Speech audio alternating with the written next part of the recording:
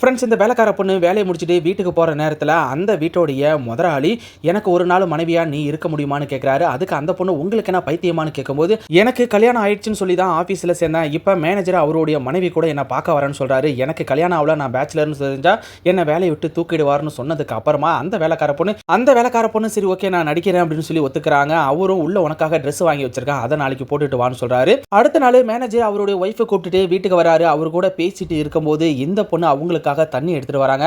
அப்ப அந்த பொண்ணை இவர் பார்த்து அந்த பொண்ணோட அழகுல அப்படியே சொக்கி போய் நிக்கிறாரு. இவ்வளவு அழகான்னு சொல்லிட்டு அவங்க ரெண்டு பேரும் சரி ஓகே டைம் ஆகுது நாங்க கிளம்புறோன்னு சொல்றாங்க. அவங்கள அனுப்பி வச்சுட்டு வேலைக்கார பொண்ணுகிட்ட நீ பண்ண உதவிக்கு ரொம்ப நன்றின்னு சொல்றாங்க. அந்த பொண்ணு நான் எப்படி நடிச்சேன்னு கேட்கும்போது எனக்கு இங்க நடந்த எதுவுமே நாடகம் போல தோணல, இது என்னுடைய வீடு, நீ என்னுடைய மனைவி, நான் உன்னுடைய கணவன், அது போலதான் எனக்கு தோணுச்சுன்னு சொன்னோன்னே அந்த பொண்ணு வெக்கப்பட்டு அங்கேருந்து போயிடுறாங்க.